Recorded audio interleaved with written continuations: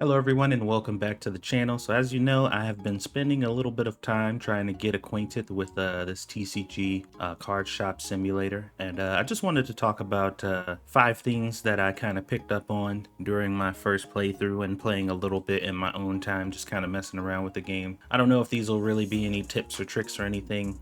This will mainly just be kind of my experience and some things that I learned.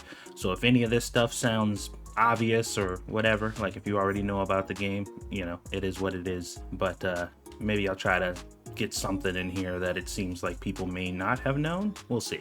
So the first thing that I learned is opening card packs is very important in this game. Now, all the simulator games and stuff that I've been playing as of late, you have a product to sell and you sell the product. But this is my first time really encountering a game where the product is actually a part of a completely different mechanic in the game, and that's the card collection. And you can really make out like a bandit with these cards if you see, like for example. So the big draw to this is obviously you want to open up these card packs to see if there are valuable cards in there that will net you more money than what you would get if you just, sold the pack itself. So for example, this pack was $9, there was a $10 card in there. So I had already made my money back just from opening it up, and I can put that card here and sell it, which is kind of cool. It's something that, if you wanted to critically think about it ahead of time, you could have been like, well, yeah, of course. But once again, it was something that was kind of unexpected for me in general, just because this is a simulator game very similar to the ones that I used to play, and I'd never had to deal with such a mechanic. So I thought that was really cool. I managed to luck up and get a really, really good card. I think it was like $1,500 or something like that. One of my first playthroughs of the game, and that was really exciting. Card packs and opening them and stuff, it's really fun in this game. The next thing that I learned very quickly is that these tables are literally just passive income machines, which is cool because, as I stated before, there's not really, like, obviously you're buying and selling products or whatever, and people are coming in and they're buying them, but these tables themselves are literally just passive income, which is kind of a new-ish thing for me also. I think there are some other simulator games out there where like people can use the computers and pay and stuff like that, but personally I've never played them, so I didn't really think that the tables would be really all that important. But yeah, if you go into your phone, you can set these events and set it up and pretty much just make passive income if you're open. I do want to test it out and just see, like, if you don't actually have any cards, like any products or anything to sell, like what's the earning potential on just like opening up a place for people to just play games and that's it. Like how would a playthrough like that go? I'm sure that would be interesting in a lot more ways than one. But yeah, I didn't realize exactly how valuable these are, so get as many tables as you can early.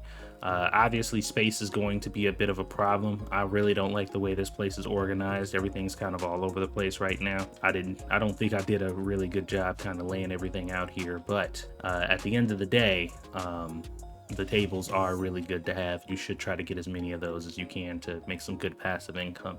The other thing that I learned that was very surprising, and it actually threw me for a loop, was the fact that the actual customers themselves, the individual people that come in to either sit down at the table and hang out or to buy card packs and merch, they actually have a like a definitive money count when they come in, which is something that could be running behind the scenes in a lot of other simulation games, and it's just not something that's openly shown.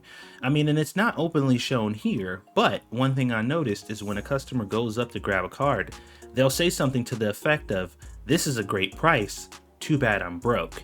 So, this card will be $11, but they only came in with 6, or something like that. So they'll come and buy just like one of these packs or something like that, because that's all they can afford. You know what I mean?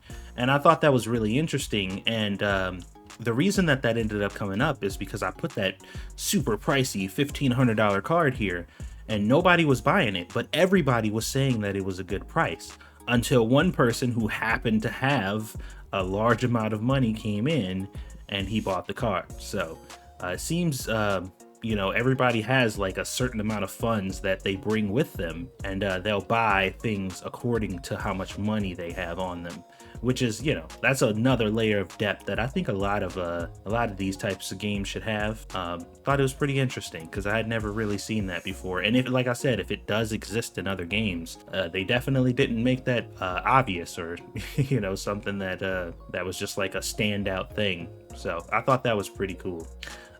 Fourth thing that I found out is that plushies are huge money makers. I took a long time to get the plushies, like I was just kind of taking my time on it. But once I actually realized how much these things cost individually, it's actually kind of nuts. And people will come up here, they'll buy like 4 of them at a time. Plushies are huge money makers. Like the card packs and everything, obviously these are pretty good too, but don't be like me and wait really long to get the plushies. Like, try to grab at least the pig one as early as you can, because these things are $26 a pop. And you're making some pretty good money on those. People really like to come and pick those up, or at least they're 26 for me because that's how much I have them, but you can price them however you want. And the last thing that I realized is that stinky boys and girls in this game, they really suck. And I think it's the driving factor that that shows that customers are dissatisfied at the end of the night. Because after you complete a night here, it'll tell you your total visit, checkout, and it'll tell you how many people are dissatisfied.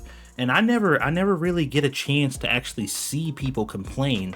Like, nobody actually, like, or at least if maybe I'm not paying attention close enough, I don't see the message come over their head, but I've yet to see anybody like actively complain. But I feel like I get more dissatisfied customers the longer I allow stinky people to linger in here. I feel like that's it. I could be wrong. If you're an expert in this game, you know more about it, then definitely let me know. But that 100% feels like is the case, because there doesn't seem to be any other direct indicators that people are dissatisfied outside of items being probably more expensive than they should be. And on that note of the stinky boys, so I was told that you have to take this and put this in strategic places inside the store in order for people to get kind of auto sprayed when they walk past. So it's like automating the, you know, cleansing of smelly people, which is fine on its own. But then I found out that you could just pick this thing up and move it near people and it will cleanse them just because you're holding it. So let's open up the store and double check and make sure this is still working. What's this guy want? All right, so we'll wait until we get some smelly boys in here and I'll try to show you guys what I mean.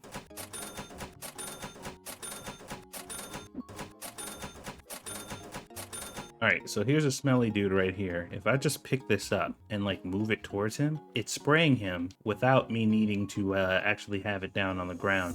And you got to make sure that the can is like aiming towards them, but you can walk through. Like, let's just say you got stinky boys all over the place or whatever, or stinky girls.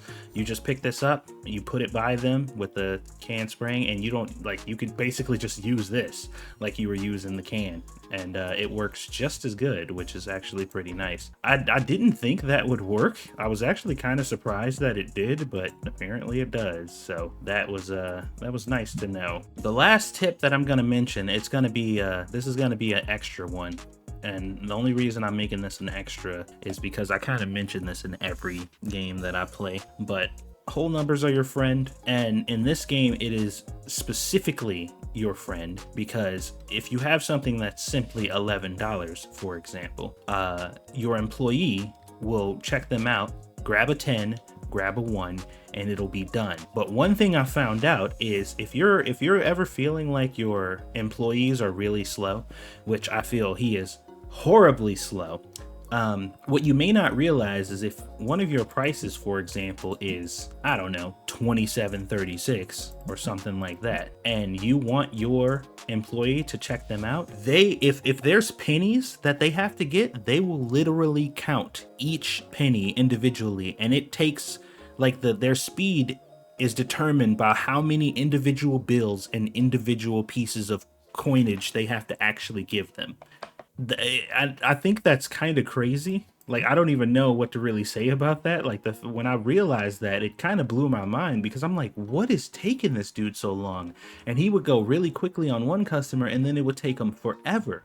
But I realized that you can actually look on the screen and physically see how he's giving out the change here. Like, you can see it on the screen. So he owes him 48, but like look how slow he's doing that. And that's just with the bills, when he can make the change easier. If he has to give them like pennies or something like that, or just like loose change, you can make it take 10 times longer than it normally would. And that it's trust me, you do not want to do that to yourself. I watched this man, he was like divvying out the money or whatever, and he had on one customer, it took him forever. It was ridiculous. So those are just some things that I kind of picked up playing this game.